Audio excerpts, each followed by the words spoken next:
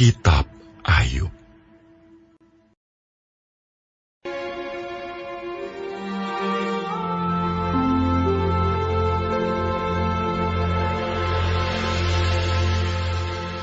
Ada seorang laki-laki di tanah Uz bernama Ayub. Orang itu saleh dan jujur. Ia takut akan Allah dan menjauhi kejahatan. Ia mendapat 7 anak laki-laki dan 3 anak perempuan. Ia memiliki 7.000 ekor kambing domba, 3.000 ekor unta, 500 pasang lembu, 500 keledai betina, dan budak-budak dalam jumlah yang sangat besar. Sehingga orang itu adalah yang terkaya dari semua orang di sebelah timur. Anak-anaknya yang lelaki biasa mengadakan pesta di rumah mereka masing-masing, menurut giliran.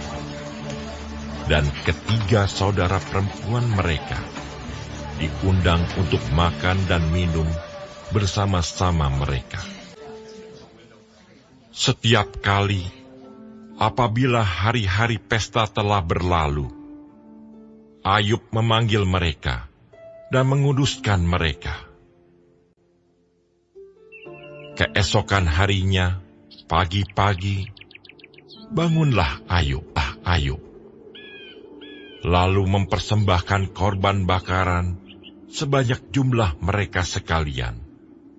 Sebab pikirnya, mungkin anak-anakku sudah berbuat dosa dan telah mengutuki Allah di dalam hati. Demikianlah dilakukan Ayub senantiasa. Pada suatu hari, datanglah anak-anak Allah menghadap Tuhan, dan di antara mereka datanglah juga iblis. Maka bertanyalah Tuhan kepada, "Dari mana engkau?"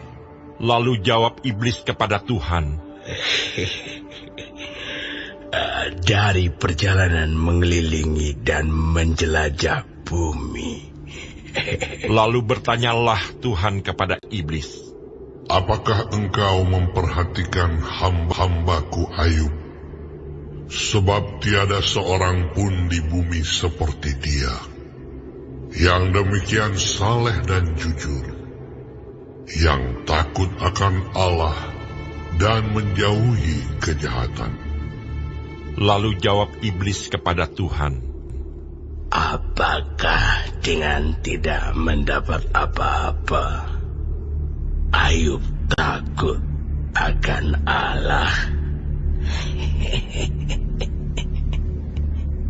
Bukankah engkau yang membuat pagar sekeliling dia dan rumahnya serta segala yang dimilikinya?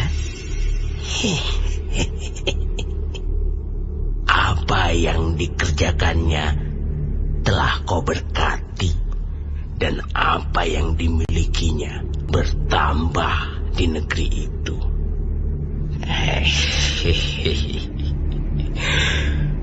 Tetapi ulurkanlah tanganmu dan jamahlah segala yang dipunyainya. Ia pasti mengutuki engkau di hadapanmu." Maka firman Tuhan kepada iblis, "Nah, segala yang dia punyai ada dalam kuasamu. Hanya janganlah engkau mengulurkan terhadap dirinya." Kemudian pergilah iblis dari hadapan Tuhan. Pada suatu hari, ketika anak-anaknya yang lelaki dan yang perempuan makan-makan dan minum anggur di rumah saudara mereka yang sulung, datanglah seorang pesuruh kepada Ayub dan berkata, "Sedang lembu sapi membajak, dan keledai-keledai betina makan rumput di sebelahnya.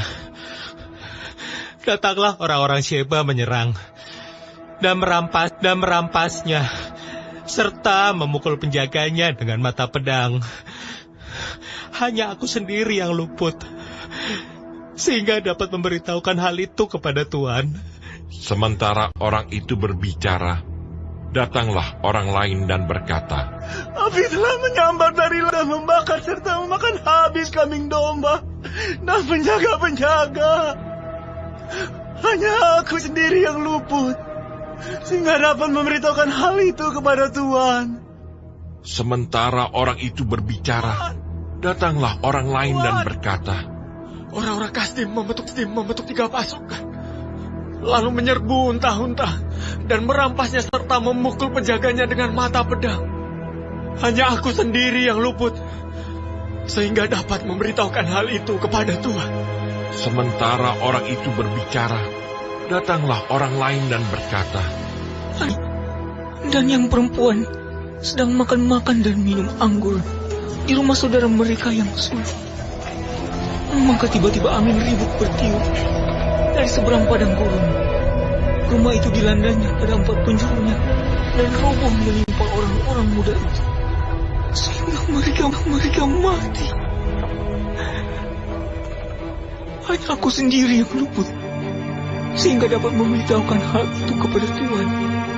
Maka berdirilah Ayub, lalu mengoyak jubahnya dan mencukur kepalanya. Sujudlah ia dan menyembah. Katanya, Dengan telanjang aku keluar dari kandungan ibuku. Dengan telanjang juga aku akan kembali ke dalamnya.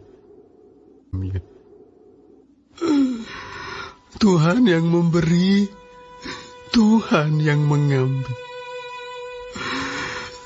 Terpujilah nama Tuhan. dalam kesemuanya itu, Ayub tidak berbuat dosa, menuduh Allah, berbuat yang kurang patut. Kitab Ayub. Pada suatu hari, datanglah anak-anak Allah menghadap Tuhan. Dan di antara mereka, datang juga iblis untuk menghadap Tuhan. Maka bertanyalah Tuhan kepada iblis, Dari mana engkau? Lalu jawab iblis kepada Tuhan, Dari perjalanan mengelilingi dan menjelajah bumi. firman Tuhan kepada iblis, Apakah engkau memperhatikan hambaku Ayub? Sebab tiada seorang pun di bumi seperti dia, yang demikian saleh dan jujur, yang takut akan Allah dan menjauhi kejahatan. Ia tetap tekun dalam kesalehannya, meskipun engkau telah membujuk aku melawan dia, untuk mencelakakannya tanpa alasan. Lalu jawab iblis kepada Tuhan, Kulit ganti kulit. Orang akan memberikan segala yang dipunyainya ganti nyawanya. Tetapi ulurkanlah tanganmu dan jamahlah tulang dan dagingnya.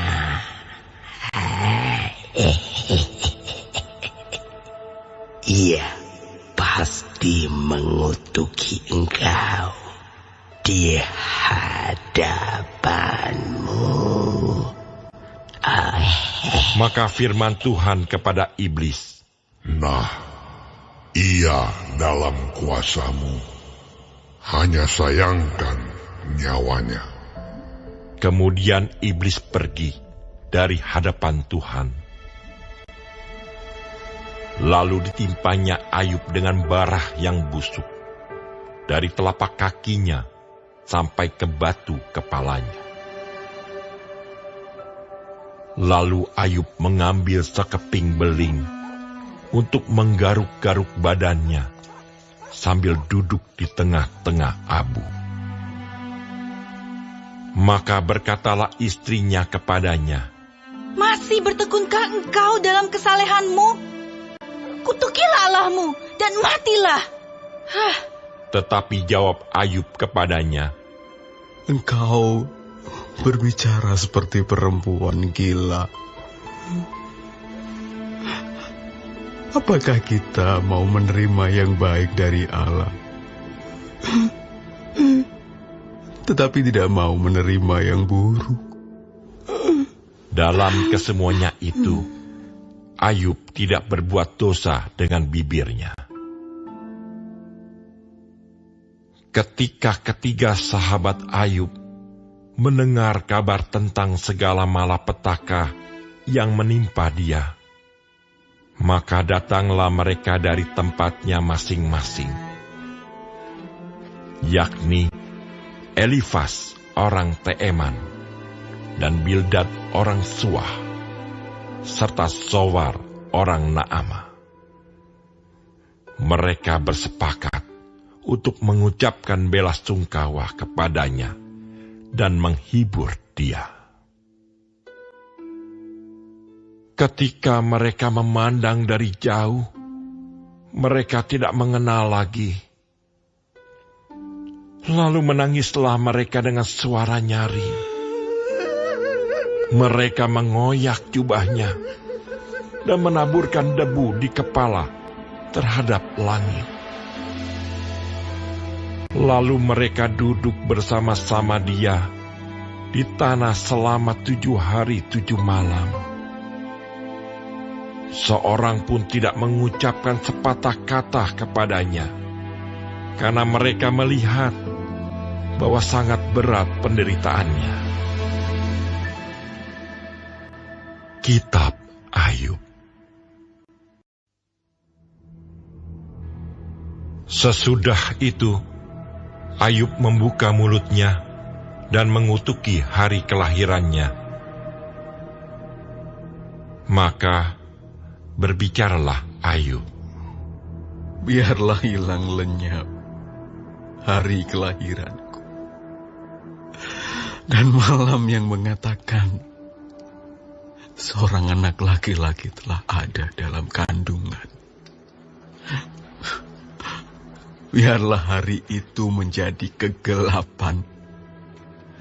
Janganlah kiranya Allah yang di atas menghiraukannya, dan janganlah cahaya terang menyinarinya. Biarlah kegelapan dan kekelaman menuntut hari itu. Awan gemawan menudunginya, dan gerhana matahari mengejutkannya. Malam itu, biarlah dia dicekam oleh kegelapan.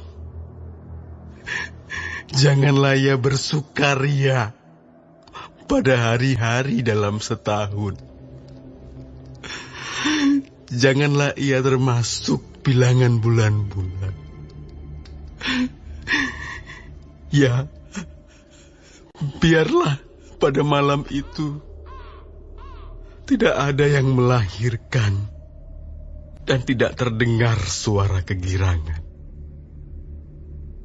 Biarlah ia disumpahi oleh para pengutuk hari, oleh mereka yang pandai membangkitkan marah Lewiatan.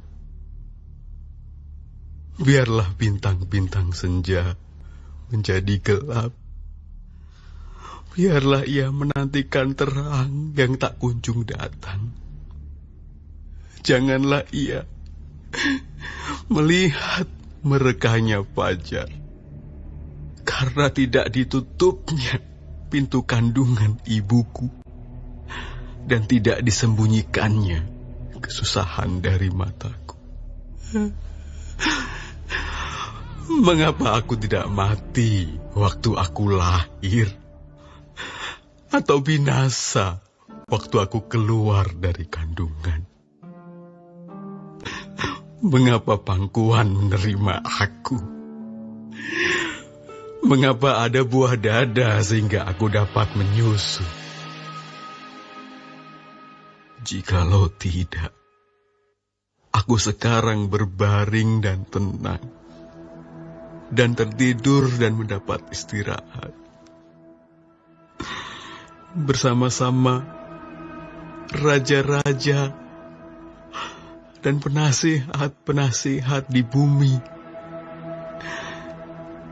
yang mendirikan kembali reruntuhan bagi dirinya.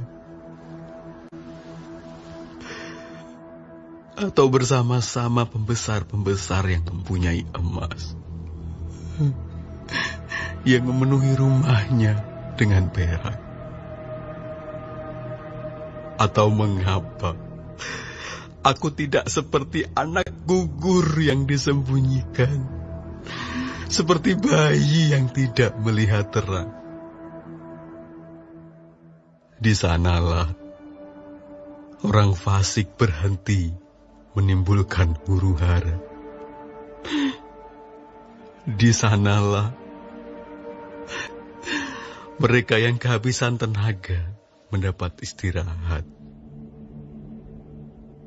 Dan para tawanan bersama-sama menjadi tenang. Mereka tidak lagi mendengar suara pengerah. Di sana orang kecil dan orang besar sama. Dan budak bebas daripada tuannya. Mengapa terang diberikan kepada yang bersusah-susah dan hidup kepada yang pedih hati, yang menantikan maut yang tak kunjung tiba, yang mengejarnya lebih daripada menggali harta terpendam, yang bersukaria dan bersorak-sorai dan senang bila mereka menemukan kubur, kepada orang laki-laki yang jalannya tersembunyi, yang dikepung Allah.